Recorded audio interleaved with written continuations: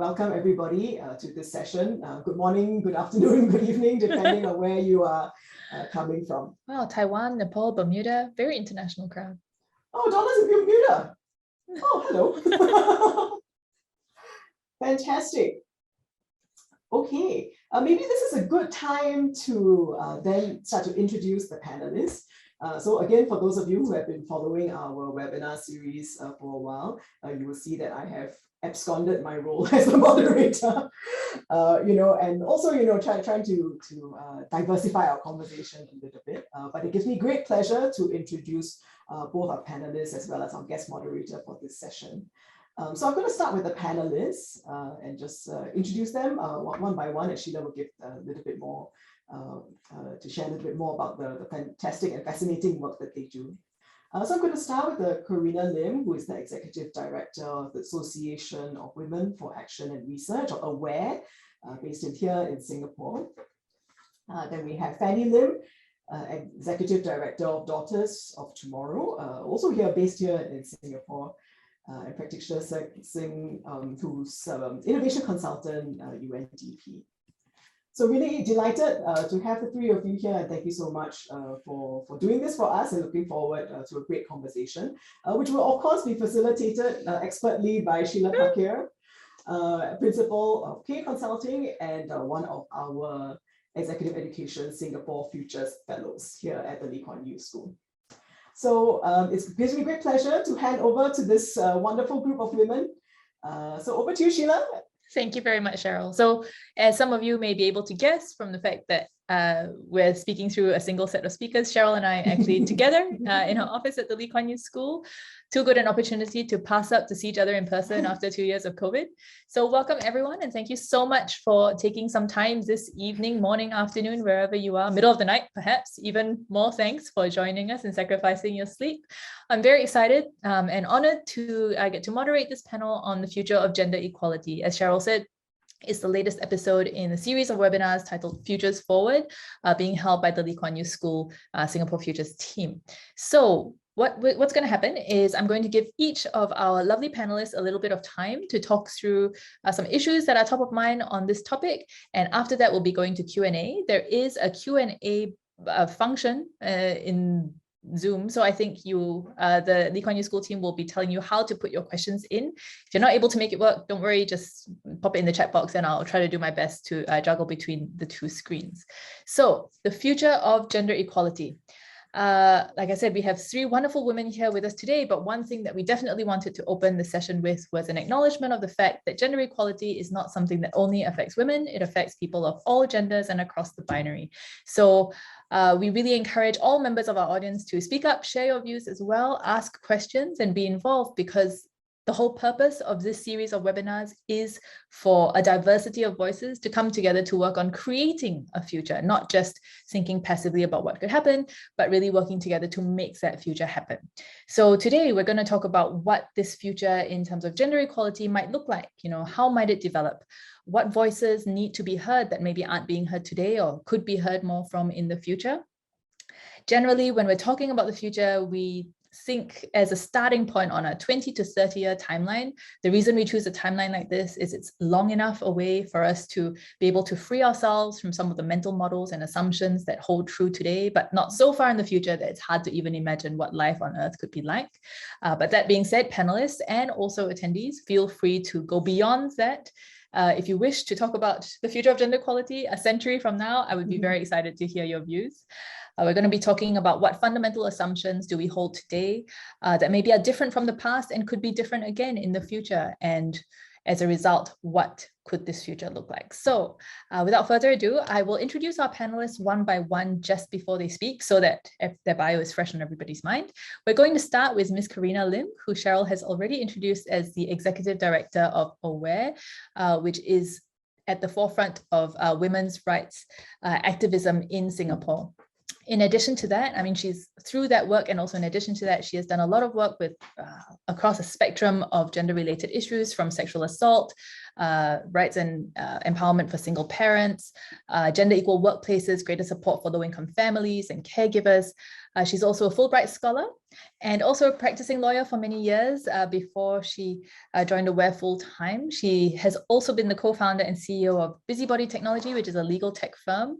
So a very colorful background, and I'm looking forward in futures. We love it when someone brings diversity to the room, and I think a background like that definitely will bring diversity to our room. So with no further ado, Corinna, please take it away. Thanks, Sheila. Thank you. And thank you for the invitation. Okay, to think about the future of gender equality in 30 years. Well, I've been actually in this work for the last 30 years. So to think forward I suppose it's not so far away. And I think the things that we will see then are probably things that we are already seeing happening now, right? The trends have already started. So firstly, where are we in gender equality? According to the World Economic Forum, 136 years away, right? This is globally, we are 136 years away, at least, I think, from achieving gender equality. Secondly, what do we mean when we achieve, by achieving gender equality? Have we achieved it in some areas? And we actually have in Singapore in one area, right, which is education. This is the case in many other countries as well, which are more developed, where we actually see more women graduating from universities than men. So this is a very key area, because with education, once you have that, it actually means then the potential for achieving equality in terms of the workplace and in leadership really has become much more likely, right? So education is, I think, the gateway to achieving equality in all other areas. So what then is the situation in the workplace, right? Which is the next most immediate thing after you have highly educated women. Where are the women in the workplace? So sadly, we are a very long way from achieving gender equality in the workplace. But I think in Singapore, and let's just see how far away, right? Our estimate based on the labor statistics of Singapore is that there are about 225,000 women that are not in the workforce who could be in the workforce if women were in the workforce at the same rate as men, right? That means if the labor force participation of women is not the same as men, that it's much less. And if they were in the workforce at the same rate as men, there would be 225,000 more women.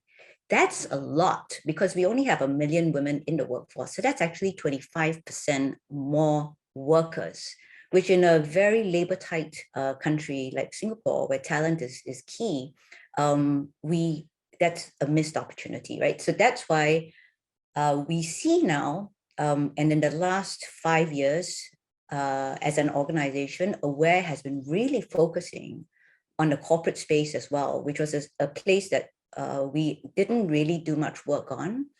But in the last 5 to 10 years, we have seen companies take the lead in pushing for more gender balanced senior management, right? And to actually try to have narrow their pay gaps and also promote work-life balance.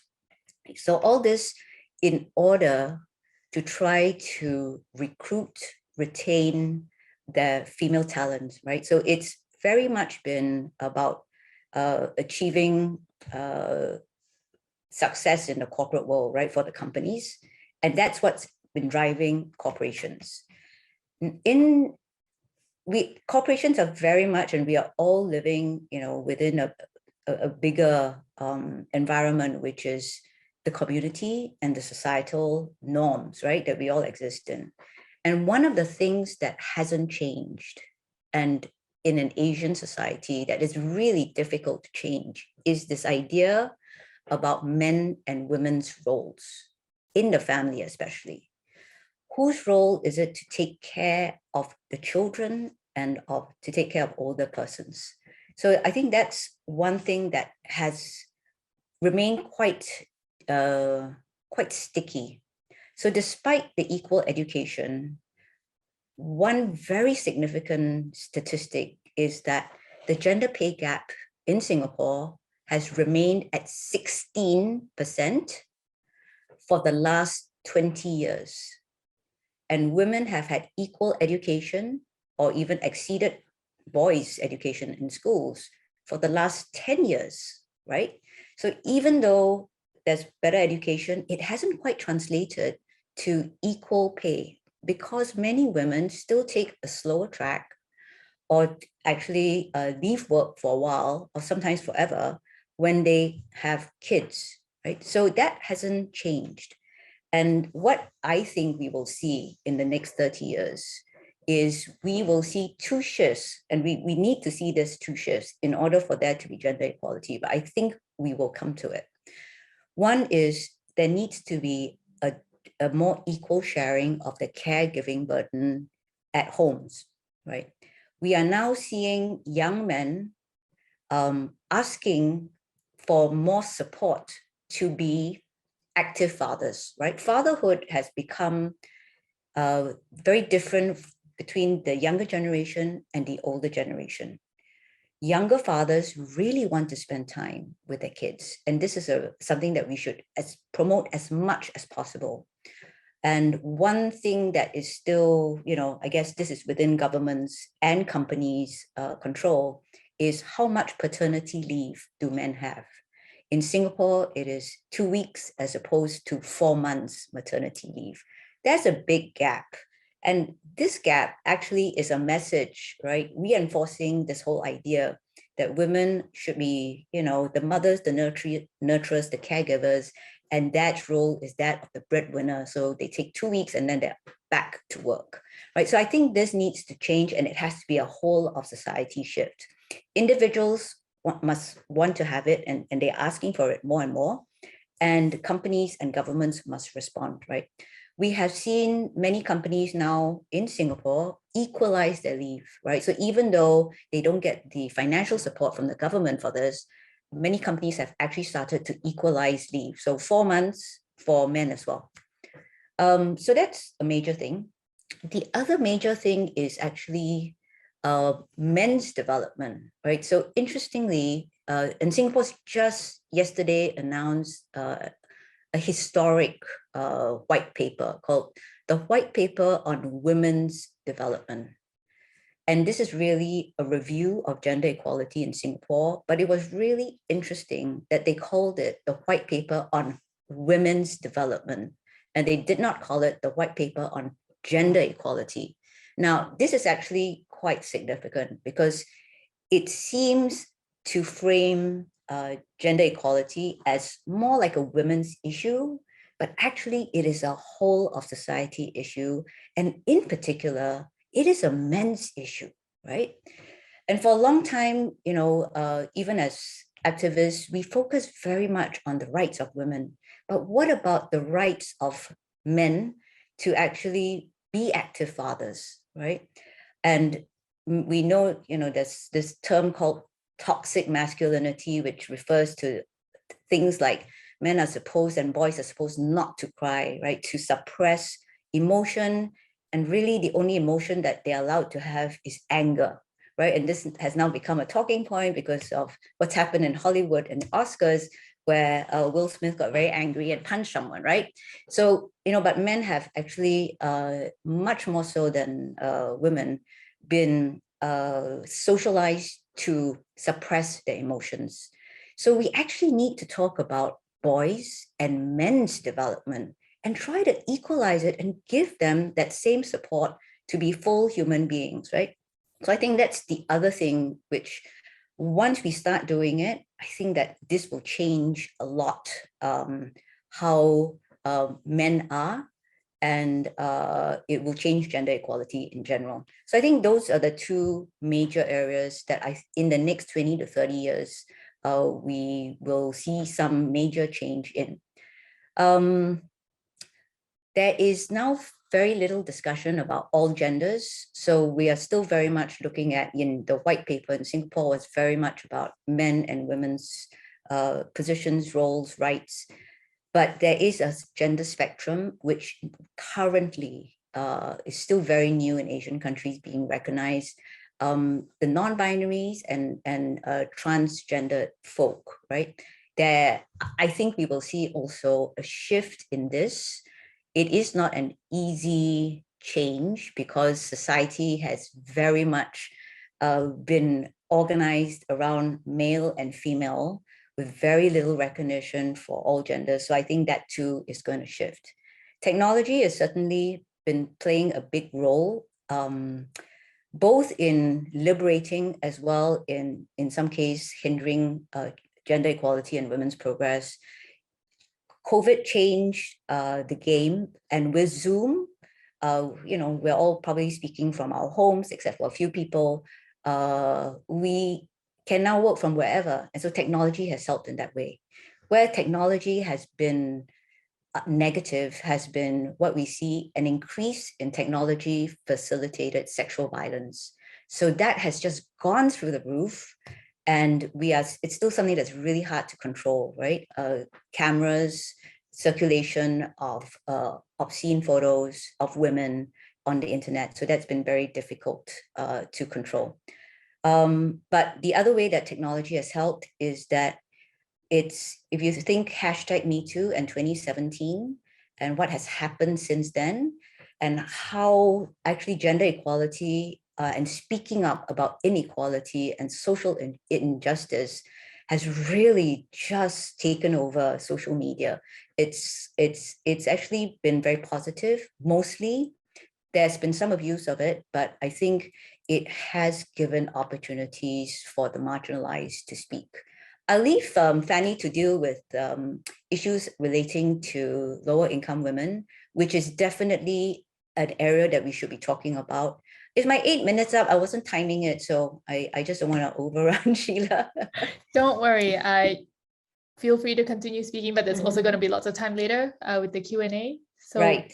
Yeah. Would you like to hand over at this point, or? Yeah, I'll hand over at this point, and I look forward to a really great discussion. I just wanted to give some key ideas and trends that we're seeing today. Wonderful. Thank you, Corinna. That was a really helpful, I think, context setting for a lot of our discussion. So now I'm happy to pass the mic over to Ms. Fanny Lim, who Cheryl has already introduced as the Executive Director of Daughters of Tomorrow. This is a local charity here in Singapore that enables livelihoods for underprivileged women and their families. So Fanny has been doing a lot of work around urban poverty, raising awareness about urban poverty, and helping to empower women by giving them access to skills, confidence, and sustainable job opportunities. So Fanny, please take it away. Thank you, Sheila, and thank you to the school for inviting me, and Corinna, especially for setting the context. I think it's great how you just went the macro view of everything, and I thought I'd just share and agree with what you said about how gender equality has come a long way by sharing a personal story. So for myself, my mom was from the generation where she had a dozen or so siblings, and being a girl, she was actually denied education simply because she's a girl. And she was expected to stay home and take care of her siblings.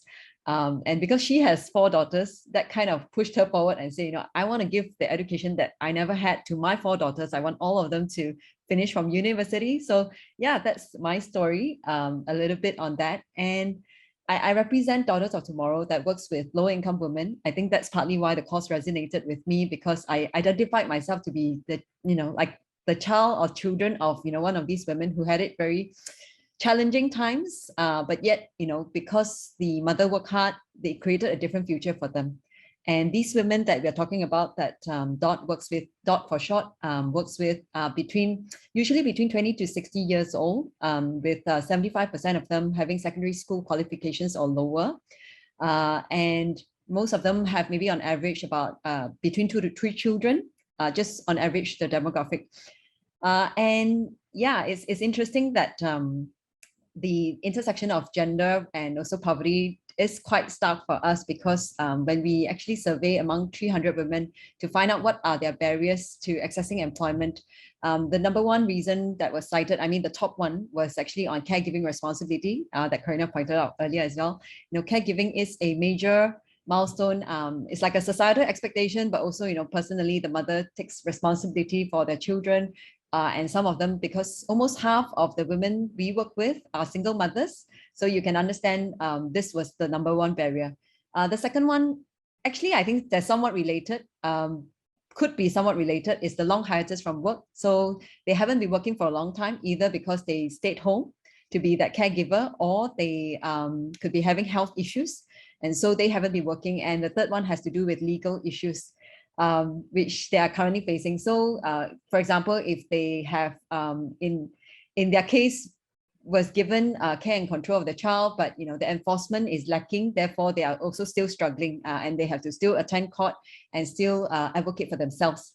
So with that, it's hard for them to sustain employment, which is why my future in gender equality that I know, Sheila, you talk about 20, 30 years, but for myself, because of the work that I'm in, I could probably only look at 2 to 3 years ahead. And I am very grateful for this, the white paper that was published yesterday, because I think among many women organizations, THOT was also one of those that were involved, and very, very glad that certain things were, you see small wins. We see small wins and the progress in it as well. One of them is that we recommended for caregiving to happen outside of the institution, the childcare centers and the infant care centers. So actually DOT is appointed to pilot a program with MSF to start a home-based child-minding program. This is in order to sort of enable other moms to go out to work sustainably. So they avoid, for example, if they have a late shift, then they are no longer needing to rush home and worry about paying the fines, and they get a community childminder to quickly help them pick up the child. So something practical like that, because we recognize that since caregiving is a barrier and it causes the challenge in terms of sustaining employment, then we are trying to come up with a community solution around this caregiving aspect. Yeah, there are other things that we kind of hope to see in the near future, in the 2 to 3 years, is like, for example, if they come from abusive environments, for perpetrators to have to move out instead of the women and children having to move out. I mean, whoever that is the victim, but usually because my work is dealing with women, so it is the women having to move out, and then they become, another being victim of violence, but also, the housing insecurity steeps them further into poverty. So that's the other challenge that we are facing, and we hope that something can be done around this, be it, I don't know, something to be done to the perpetrator in the sense that they have to move out and also work out a rehabilitation program. But that was one of our recommendations towards the white paper that we hope will see some movement in the near future. Besides that, I think we talk about the core and stable scheduling as well. That's something that we recommend during the dialogues for this women's gender equality paper, where, I mean, now you hear that it says that, employers need to consider the flexible work arrangement. That was one of the recommendations. Yeah, oh, wow, yes, that's the link to it. So, but the challenge is that many women are unable to access these employment opportunities because I think with AWARE, DOT together with AWARE in 2018 did a research paper, and we found that 1 in 4 actually are unable to find work because the working hours are clashing with the childcare hours. That means that it is outside of childcare hours, therefore they are unable to take up those opportunities. So we're hoping that employers will be able to give mom-friendly work hours to the women. With our own work, we have advocated for, and we have more than 100 employers right now offering such opportunities for the women. But we hope that it can be further strengthened. That means it becomes an industrial norm rather than an exception, that all industries will be able to take in mothers and provide them with those hours that are within the office hours. So it may not be office jobs, but only within office hours where the children are taken care of. Yeah, I don't know whether 8 minutes is up, probably 7, I look at the time. But this is just, some of the points on the white paper that we were happy about, but there are certain things that can be improved further. But for now, we celebrate the small wins. Thank you so much, Fanny. And yeah, thank you, LKY School team, for posting that link in the chat. It is a long paper. It's 116 pages long, so don't try to read it while listening to this webinar. I say, pay attention to the webinar instead, but there is quite a friendly executive summary with some infographics at the front if you'd like to just get a quick sense of what was discussed in this white paper. I think as a Singaporean, and I think for the other Singaporeans here as well, it's quite momentous. This has been a long time coming, and it's exciting to see where this leads us. So Excuse me. So we now go to our third panelist, Ms. Praticha Singh. As Cheryl introduced her, she is an innovation consultant and works with the United Nations Development Program. She also runs her own independent consulting practice. She's driven to working with diverse voices and harnessing inclusive and plural images of the future, with a lot of her work in the past focusing on gender, equity, environmental issues, all of which I think can be very relevant here. So Praticha, please. Hi, everyone. Thank you so much. So I'm the non-Singaporean on the panel, so maybe my perspectives will be a bit grounded in some different geographies, which I think is helpful, and I think will color some of the discussion. If not, it's always, I think, very relevant to see what matches very different contexts and where do differences lie, because that allows us to have a different global discussion on what causes some contexts to see a different manifestation of something over something else. So my thoughts may be a little bit more random and less cogent, it feels like, than what Corinna and Fanny put through, but these were my thoughts of some of the elements related to gender equality that come to my mind, that I wanted to sort of touch upon, and hopefully I think these might trigger different discussions and conversations. So one of the first things I wanted to pick up on was other colleagues and other panelists talking about gender being beyond the binary. And then there is the picking up of what Corinna and Fanny were starting to refer to. And I think from a more global perspective, that notion of intersectionality, that there's one thing to talk about gender beyond man, woman. And then the other is to talk about none of these genders in a monolith. And I think that's really critical for us to keep in mind, especially as we not just work on gender, but those of us in this room who are interested in doing more work in this space or exploring these issues, is there's no singular definition of woman, and there's no singular identity or definition around man or trans folk. So I think that's really, really important. And I think for me, part of this, futures of gender equality is us being much more intentional with that intersectionality element to things. And as Sheila had started to say, my work is twofold. I work with the UNDP as well as having my own practice. So maybe some of my comments, let me color from both of these experiences.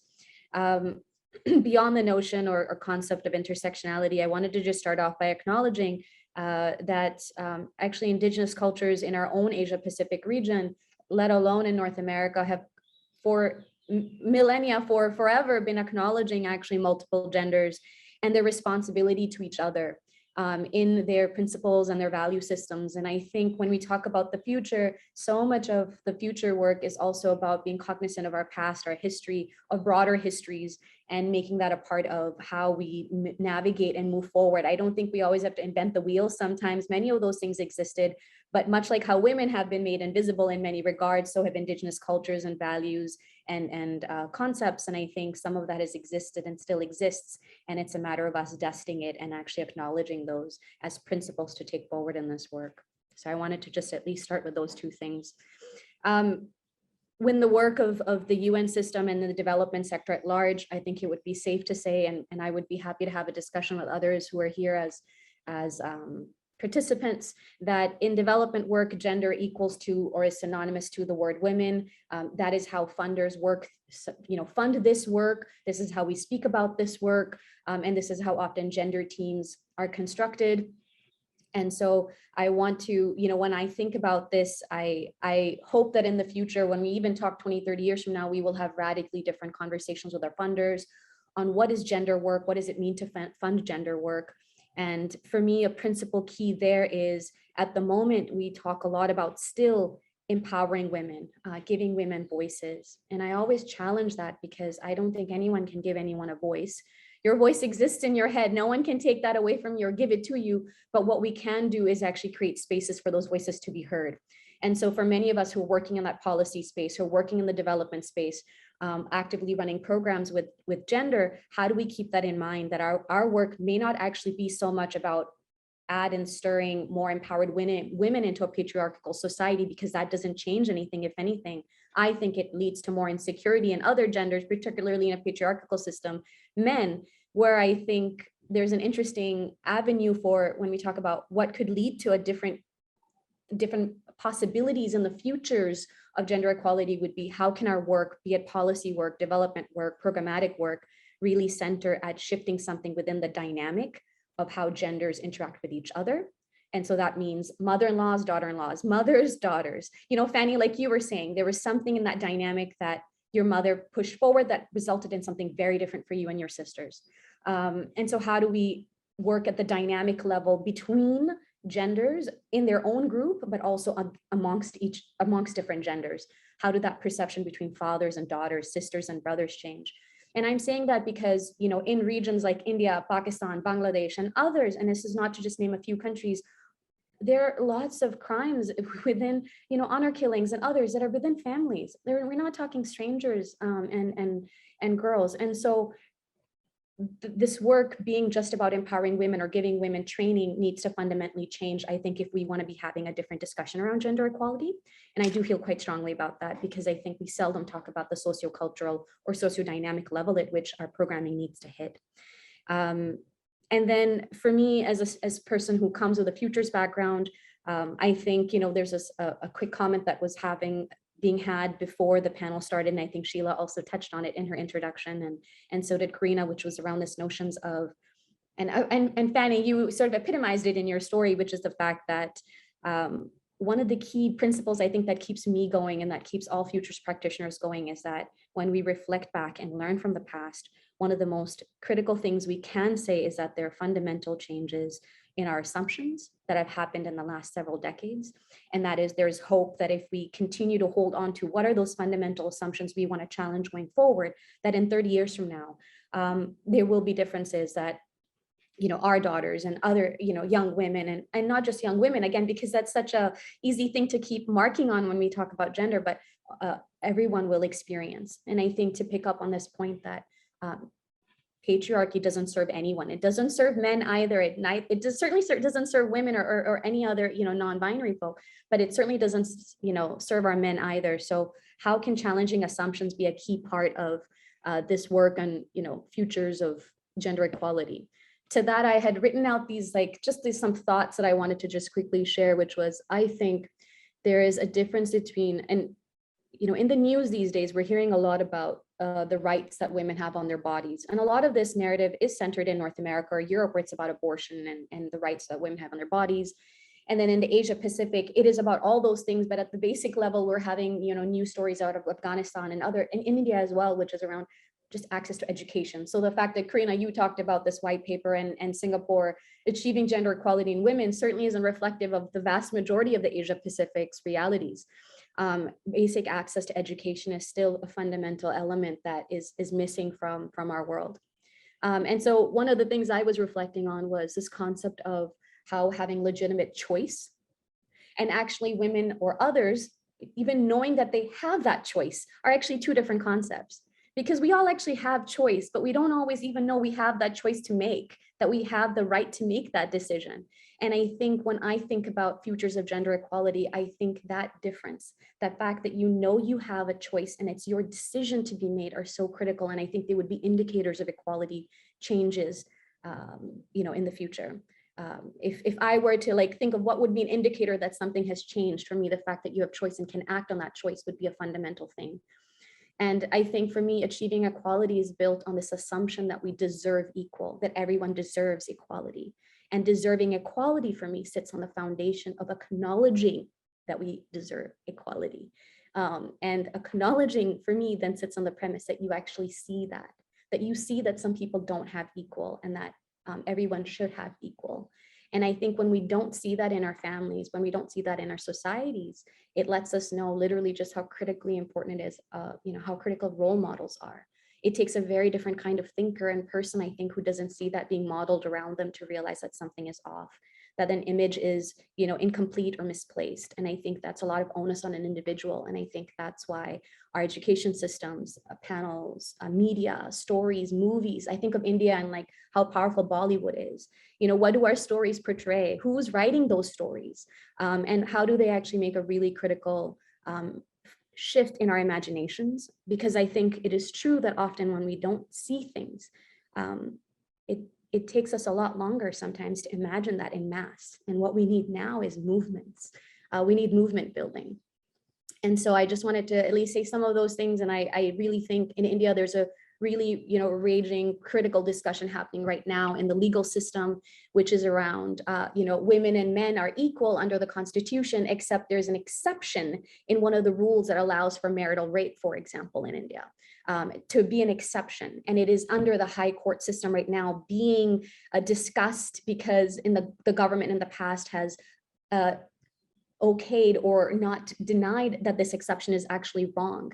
And so I think, when we're talking about this issue of gender equality, we have some very fundamental elements here that, like, in different countries in the region really are toying with, that are really critical. How can, some critical issue like marital rape still be acknowledged as a legal exception, that possessiveness or ownership of women is still legitimized, yet at the same time in our constitution, men and women are equal. And so again, for me, this only reinforces that notion that, like, we need to move beyond working on an individual, or even maybe, on an individual level or even community level changes, but to look at structural and political factors that are underlying and maybe even benefiting from certain key things. In this case, for example, men's violence, right?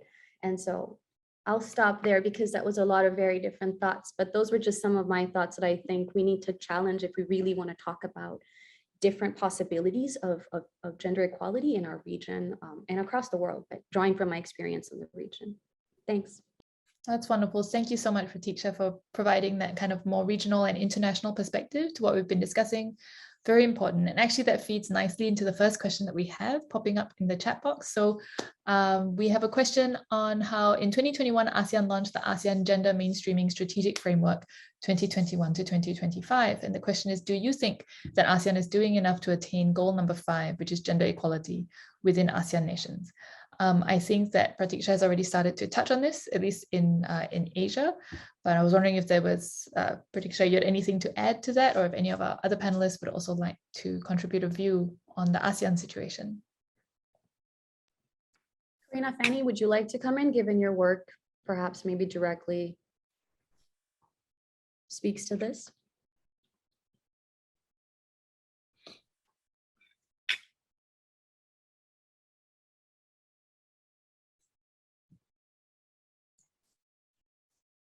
I can start off just by simply stating that I think what I was trying to infer, and as Sheila was just saying, is I think there is movement, like there's no doubt that there's critical changes happening. The fact that we're here, the fact that, in our news, issues around gender are mainstreaming. In fact, that there's court cases which are overturning, decades long, injustices, I think shows us that there are things happening. Are they happening at the pace that we need them to happen? I think we would all agree no, but I think change doesn't happen overnight, right? But that doesn't mean that, slow pace is justified, but I do think shifts are happening. We have to look at our governments and the type of governments that are in power. There's a lot of different dynamics that I think play a role in this question. And I think it's not a static question. I think if political parties changed, if our leadership changed, I think we would potentially move faster.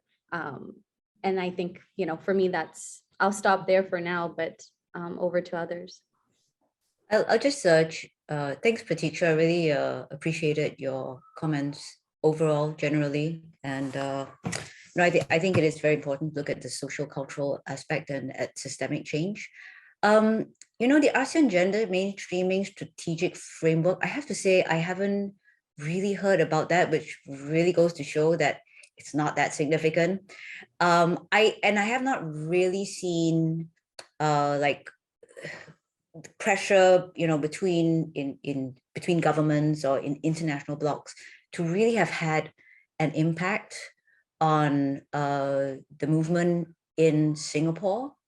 So, and I'm not sure, like the rest of the world as well, it hasn't seemed, except for the Convention on the Elimination of All Forms of Discrimination Against Women, I feel that treaty, the UN treaty, and the mechanism where people have to every 4 years go up before a panel of gender experts to say what they have done to eliminate discrimination, I feel that has been really, really useful. But yeah, I'm not sure about the ASEAN Gender Mainstreaming Strategic Framework.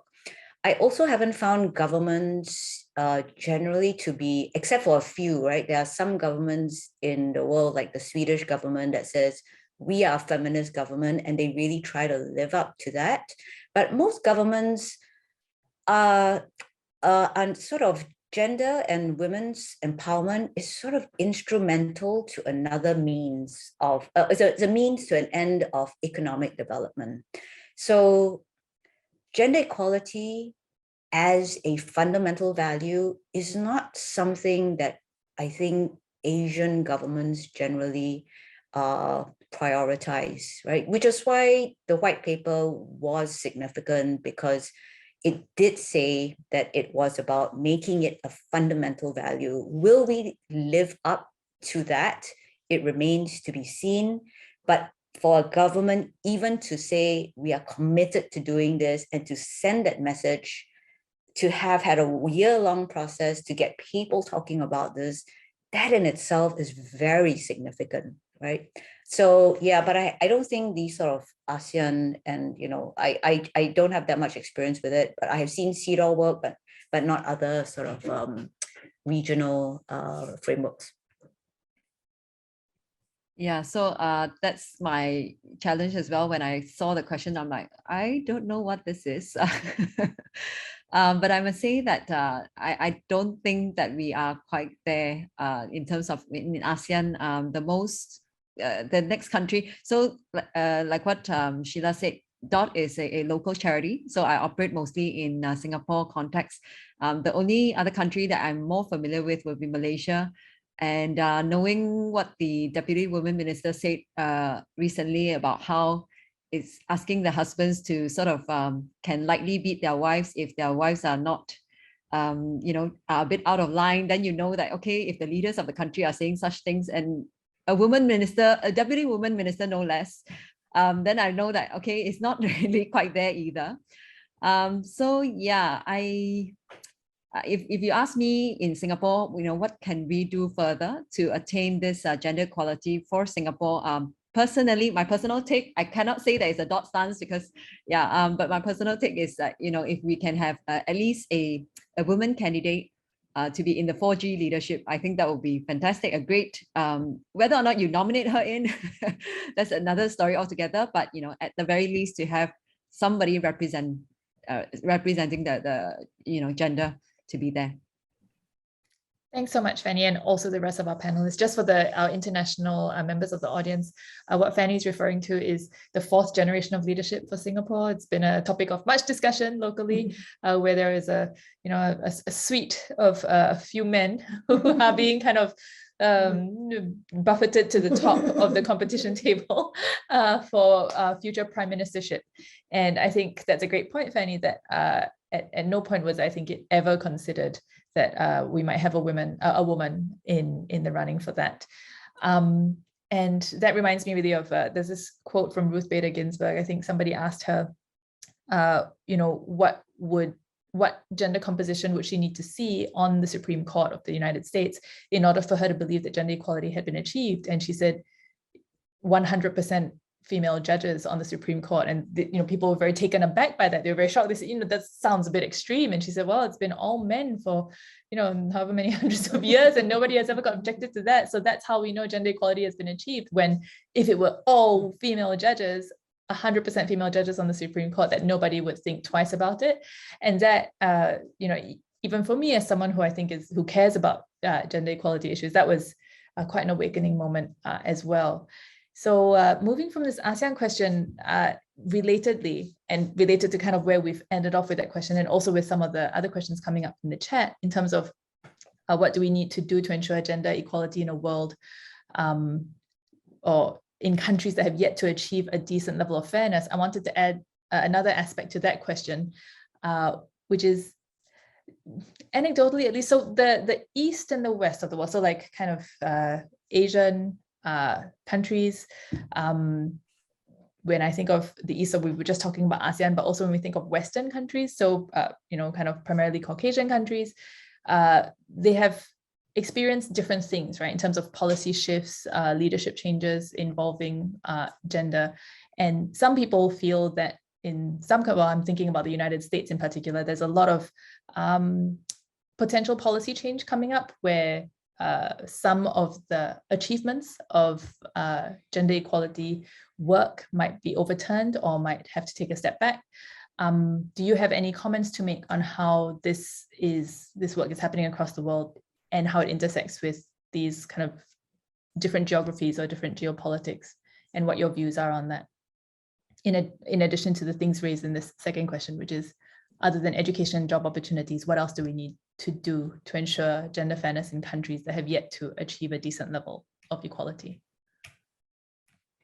Sheila, were you referring to what's happening in the US, like the what's happening in the courts on abortion?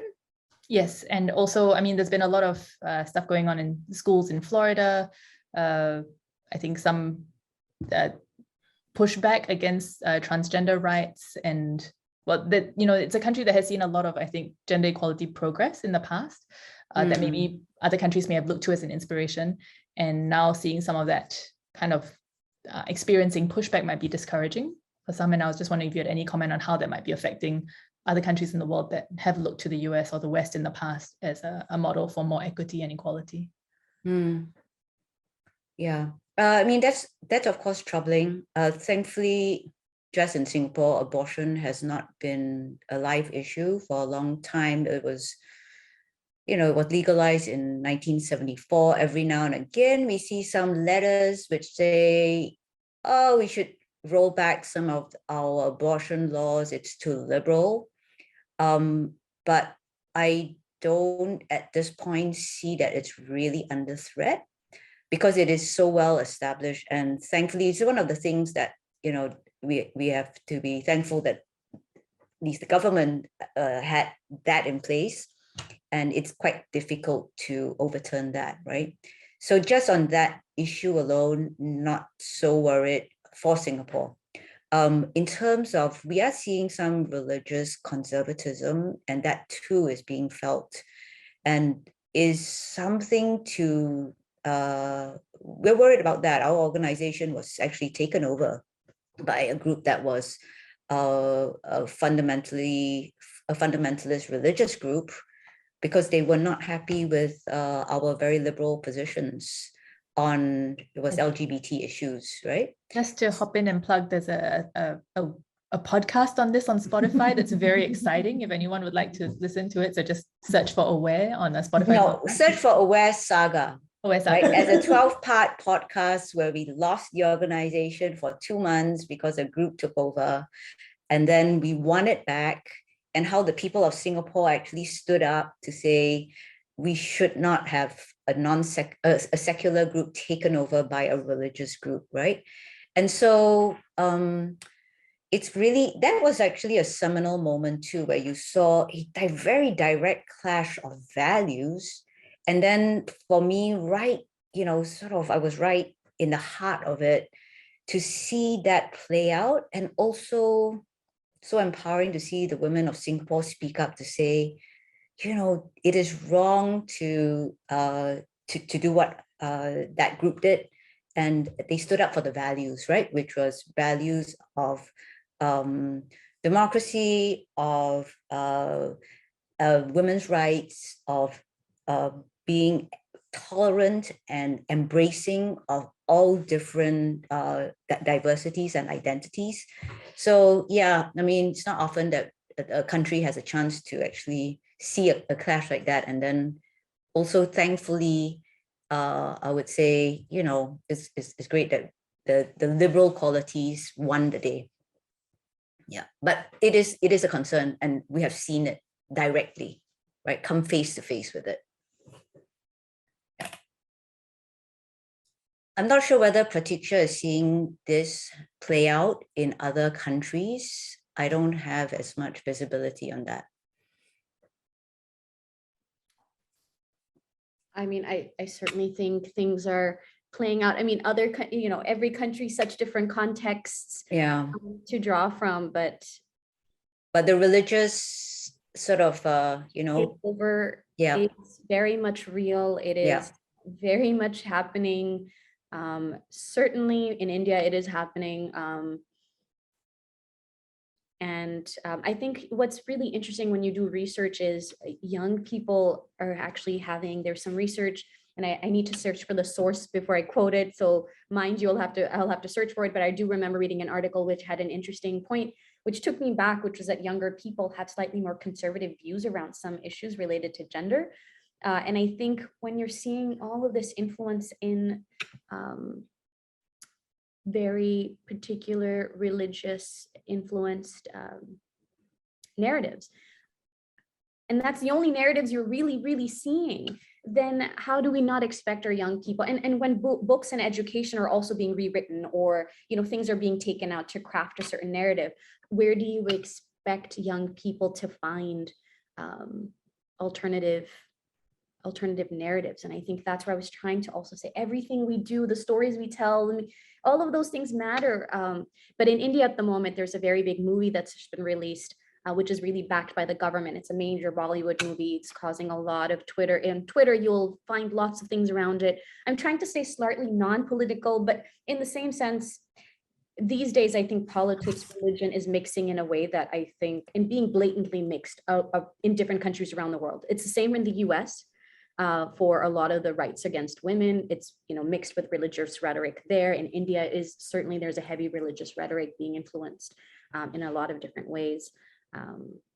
So I actually have a lot of optimism in the youth, though. So absolutely. yeah, so actually I'm seeing, wow, I mean, youth are calling things out. They are very knowledgeable about things that their parents would not have a clue on. And it's, Instagram, social media, Netflix, all of those. So there's a whole mix of stuff, right? There's religious conservatism, but on the other hand, there is the sort of the pop culture, the social media culture that has been also very helpful in opening our minds and eyes to inclusion and diversity. Yeah. I just want to hit on that, though, that I think when we talk about youth, sorry, Fanny, I came in, was the access to the Twitter and the Netflix, though, is a particular audience, is a particular group that when you think about a diverse country like India, for example, just going back to this example, that is not accessible to many people. And that's why the very particularly closed-minded or very right-wing narratives are so winning over hearts of young people, because they're not on these platforms. So I just wanted to, put that out, that not everyone is there. And I think there's a huge number of people in terms of absolute numbers that are not targeting a diverse conversation. Yeah, my remarks limited to Singapore in my experience, right? Which is so connected, so exposed to the world. Yeah. Yeah, I'm going to be a bit cheeky here. So just so that we know the context, Corinna and myself, we work closely together, our organizations as well. But I'm probably going to be one of those that is on the other end of the spectrum in terms of some of the values that Corinna was mentioning about. But I'm not going to go there. In terms of abortion and all of this, I would have a different viewpoint. But I think to go back to Phu Kyung's question, and I think also to also sound out as well that other than education, job opportunities, I think is to also look at people as they are. I think sometimes things get a little bit messy and the tension is very strong because we look at it from a group thing, it's like your group versus my group, your religion or your belief system versus mine kind of thing. But when I sit down for coffee with Corinna, it's just her and me. And we can talk, we can agree on certain things, we can probably disagree on certain things, but at least you look at it not so much from a rights perspective, because I think when we want to argue from a rights perspective, like this right, that person's right, and is it the mother's right, is it the unborn baby's right, it becomes very challenging. It's very hard to sort of land. But I think personally, I prefer to talk about responsibilities, what is our responsibility towards one another, what is our responsibility towards Mother Earth, or what is our responsibility towards society. And I think that helps to shape the conversation in building a stronger society, rather than what is my standpoint versus yours, and your belief system and mine. And so I think when we talk about diversity, it's a given already. I think in this surrounding, we are all very diverse. We come from so many different backgrounds and all different stories as well. It's a question of what more can we do to include people? And when you sort of bring someone in, so this is what I encourage the corporates among us when they talk about CSR. What can we do to help? And I tell them very simply, I said, hire the women. I mean that the beneficiaries that DOT works with, hire the person with disability, hire the someone from the Deaf Association. And when you hire them, when you look at the individual, when you try to bring them into an environment, you can sort of look at it from their lens and see what is a decent level of so-called fairness, right? Or what is a decent level of being responsible, being to include this person into your world. So I'm quite pragmatic that way.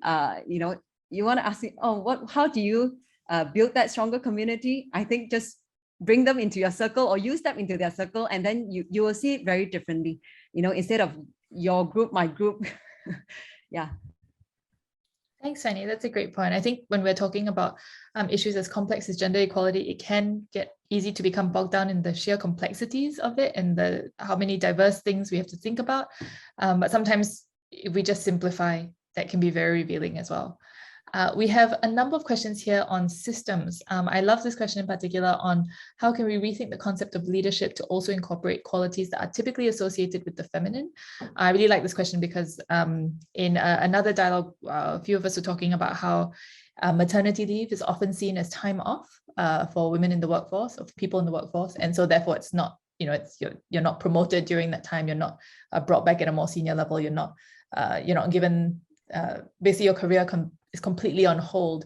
Whereas the irony is for those of us in the room who are caregivers, whether to children or to parents or to siblings, I often feel that these typically feminine qualities that we have to learn as caregivers sometimes are the best professional training. I mean, having 2 kids has taught me more about time management, strategic communications, clarity, resilience, and perseverance than any job I've had.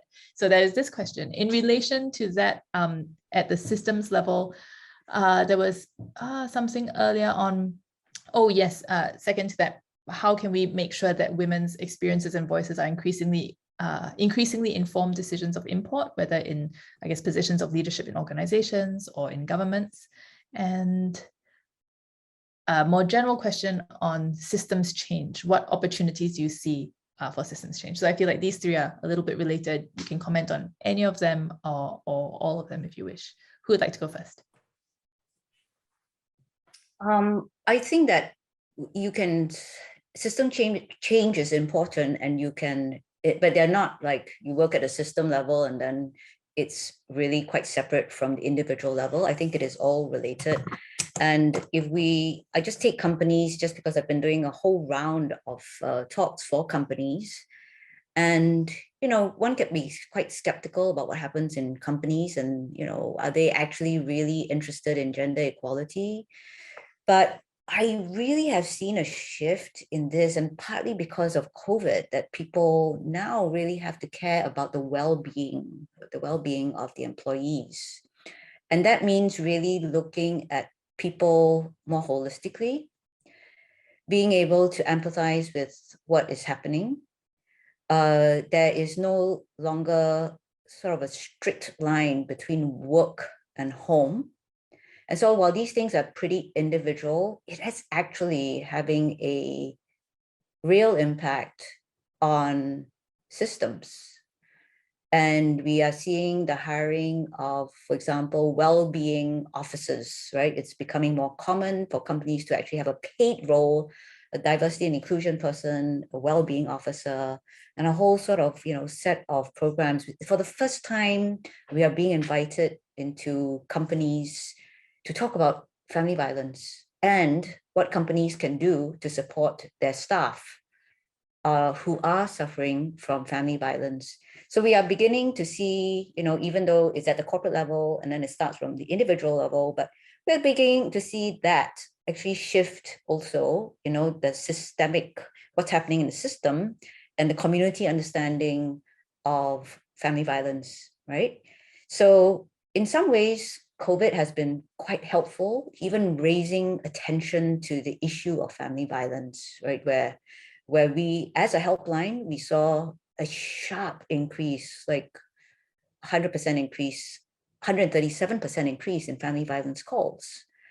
And we announced this and said, you know, the helplines are really, it is a big issue. And then we had the National Violence Helpline. So again, there was a shift in the national system where the government actually started anti-violence helplines for the first time. So yeah, it's all sort of connected. And we always need to, but the systemic shifts are the ones that can make the most change. Not everyone can work at that systemic level, but certainly whatever work you do at the corporate level or the individual level, it may have an impact on the system as well. And it's very sort of fascinating to see, because in a short time of, you know, these last 2 years have been very different years. We have seen some changes happen when we lived in this very different system and actually saw work from home, for example, become totally doable when it was very challenging to actually, you know, to get permission to do in the past, right? And now it's become like, yeah, it's the norm. So these shifts that happen because of the situation have been kind of interesting. I will have to say that it's very, very, very important to have women's groups and to have feminist groups and to have strong feminist groups in society, because when change happens, it can go some different, you know, different ways, the response of the society, but to have women's groups or feminist groups that actually say, this is how we're seeing it and this is what should be done, I think is critical, right? Otherwise, it could become a sort of a turn for the worse. But I think that's something that I've learned doing this work in the 30 years.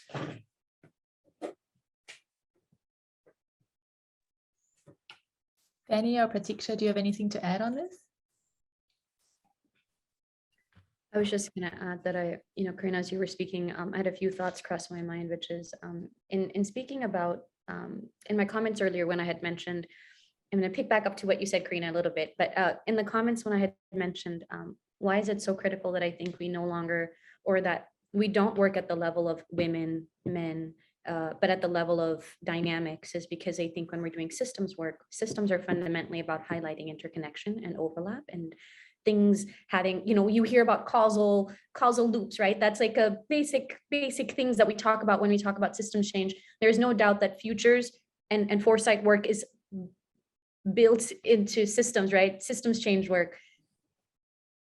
So the comment there about working at the dynamic level, about how two variables, man, women, in this case, using a very binary example, man, women interact with each other in the home, man, women interact with each other at work.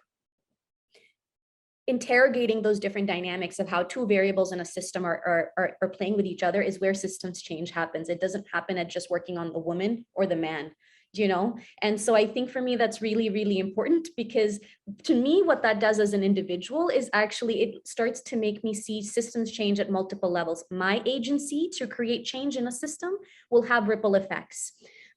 If you have others around you in your home, how you and your partner interact and engage, disagree, agree, I think has a ripple effect. I think how we do that in the office has an effect. So there is that notion that you had started to also bring up, which to me is around feminist leadership and principles. What are those principles that I think we need to start to make more concrete that can allow us to enable having a more systemic reframe in how we show up in our systems? Because systems are not obtuse, things, they're everywhere around us, like we're in them now, right? So what are those principles that can help us just observe, inventory, audit, navigate how we're operating? I think would be, something we can all do. And I think that has a ripple effect because of causal elements. And I think the one last comment I wanted to make, which I think has become almost like a foundational to the work I do, is around mindsets. I think everything we're doing is about what is our mindset in reality, not what we think. Because I think I have lots of blind, what's the word, blind spots, or things that I think I'm more woke about. And then when a situation happens, I'm like, actually, no, I have quite conservative or XYZ views that are actually navigating my belief systems. And so I think for me, systems change is about actually all of us creating frames for others and ourselves to take to have an honest conversation about what are our mindsets and views and how can we start to reframe them once we acknowledge them. And I think for me, that's just some comments I wanted to add. Thank you, Praticha. Yeah, so I think in our work as well at DOT, we recognize that it's important to work on the individual level. So that's where we render services and we work with the women as well. But we also recognize that, like, you know, what Praticha and Corinna both say, on the systems level is also very important because that's where the giant hand moves, right? That's so, for example, back to the white paper thing. Sorry, we are mentioning this quite a fair bit because, you know, quite happy about it. It was just recently launched. And also, I think what we did was also trying to create that space that Praticha mentioned earlier. You know, it's not about, so I remember attending some of these dialogues and I'm thinking, why am I the one, you know, invited to talk about this, the low income women? Shouldn't they be here? And I keep, you know, I keep wondering aloud and I keep saying it. And I say, why don't we invite the women here to share about their own challenges and all that, right? We want to talk about gender equality. This is a group that, you know, really will benefit a lot if we have moved the needle on this front. So why not we hear from them? And I've, like I said, I'm friends with Corinna. So over coffee, she said to me, it's like, Fanny, why don't you go and, you know, conduct a group with your women and get them to share it? I said, I got a lot of things to do, you know. And then, but anyway, I took up her advice and I said, okay, let's conduct a focus group. And thankfully, I'm very grateful for that advice. And it did kick me in the butt to get something going.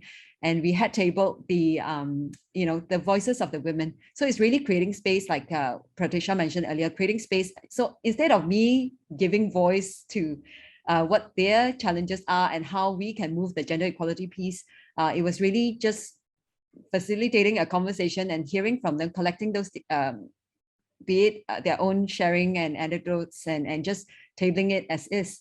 Which is a powerful narrative and something that we are doing more and more often right now, just linking up certain government agencies. The latest one is going to be with the Urban Redevelopment Authority. This is one of the ministries in Singapore that looks into the future planning of, 50 years and beyond. So to get their voices in as well. And just in giving that platform for the women. Wonderful. Thank you, Fanny. And thank you, panelists. I am conscious of the time. I know we haven't managed to get to all of the many excellent questions in the chat, but just maybe as one way to round off, a number of the questions in the chat were around assumptions that we need to challenge, around perceptions, roles, emotional connections to labels. And I was wondering if, as a closing, each of our panelists could maybe issue a small call to action to the people on the call. You know, what would be one fundamental assumption that you would like to encourage all of us to maybe take home and try to challenge in our own way, to shift something at the individual level that maybe can have an impact on the systems level, as all of you were talking about? You can take a moment to think about that, and I thought that might be a nice way to close the session.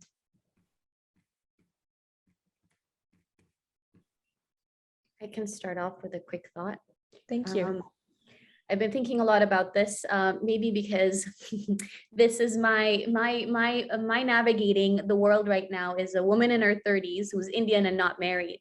And the social expectation and pressure and disappointment in many ways that like surfaces is very, very fascinating to me as a person who is confident in their journey, but it's everyone else's expectations that seem to want to have me live a different life. And I think about social expectations a lot because like I said, I think, oh, I'm forward thinking, I'm a feminist, and then I walk into situations, let's say dating. It's a very simple example from my own life. And I really have to sometimes question, what are my expectations of the person I'm on a date with, purely out of their gender identity? And of interplays of those things, how people see me as a woman in her 30s who's Indian and not married in my culture. And I think, you know, rituals, what do they reinforce about those perceptions of gender and my role in society?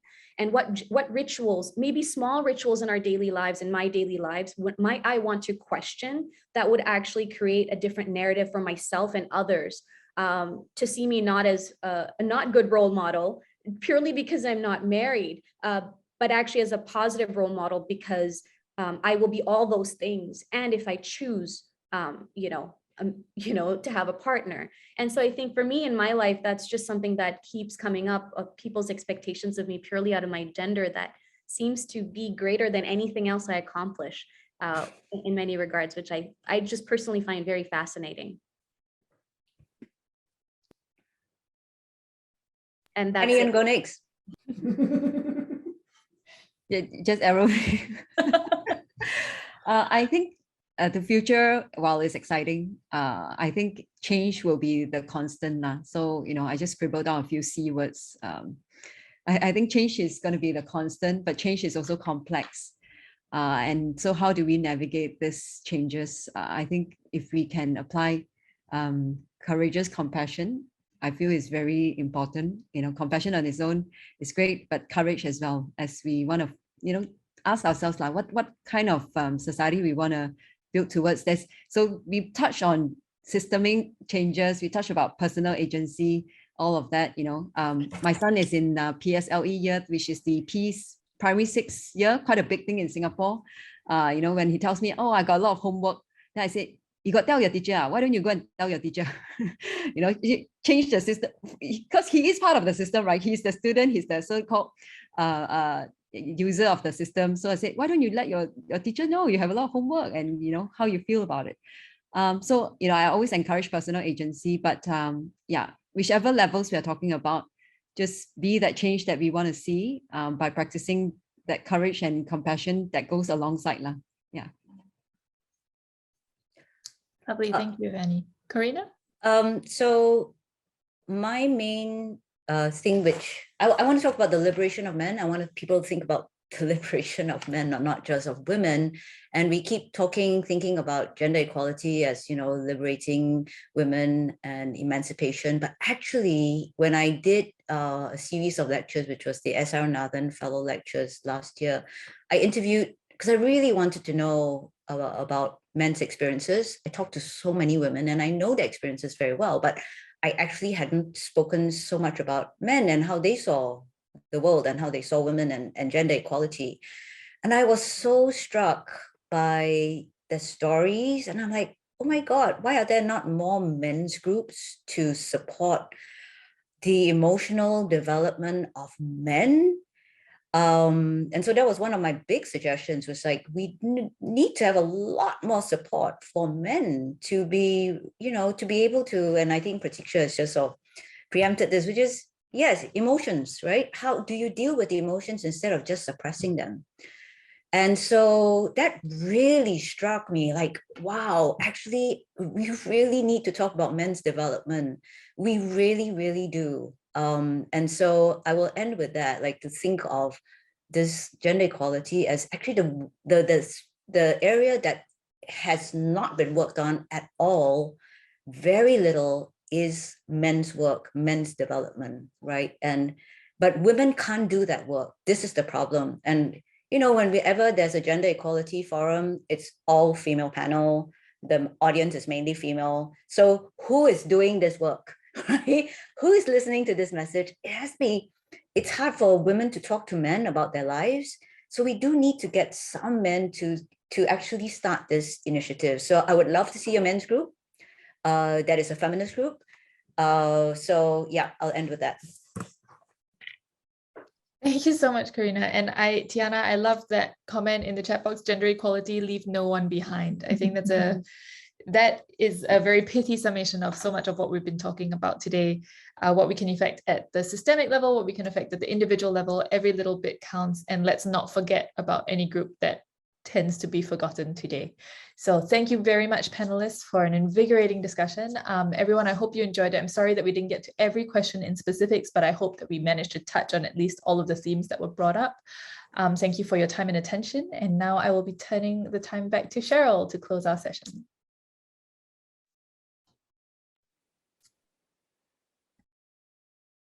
Thank you so much, Sheila. Really delighted, and it was so wonderful just to hear all the different views. So thank you so much to the panelists, Corinna, Fanny, and Praticha, and of course to Sheila for moderating the session. So it just leaves me to kind of start to wrap up. I think the first thing I will say to everyone is thank you so much for joining us. Really appreciate your comments in the chat as well as your questions. In the Q&A, I really appreciate that you're really thinking about these issues, right? And because we have such a diverse and international audience, also to think about what does it mean for your own context, what that discussion looks like for you as well. So if you can indulge the team, we really appreciate feedback. We commit to doing these webinars once a month. So we also really great to hear from everyone in terms of what you took away, what you find useful in the discussions, what would you like to discuss in the future.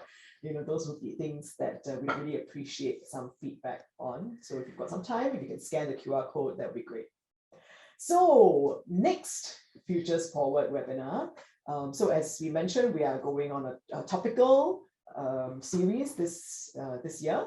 So the next topic is sort of just before Labor Day is going to be on the future of work. So the day is going to be 21st of April, just to take note the time. And again, keep a lookout for the registration and so on. It will be a very similar format to this. And as usual, you can also take a look at some of our executive education programs. We do, of course, do many futures programs, but that's not the only thing that we run. So there are many open enrollment programs as well. And if that's something that you think that you might be interested in, I will welcome your registration and participation. I should say that the Futures Masterclass, which tends to sell out, that Sheila and I together with April Chin run. The early bird discount is until the 1st of April, which is Friday, no? So if you would like to join us, got a couple of days more to decide, and we would love to see you as well. It's a lot of fun, we promise. It is a lot of fun. Wonderful. So then the last thing, of course, if you want to keep in touch, connect with us on LinkedIn, kind of figure out what we do on a day-to-day basis. And if you want to find out more about either our futures work or our programs in general, those are some email addresses that you can connect with us with.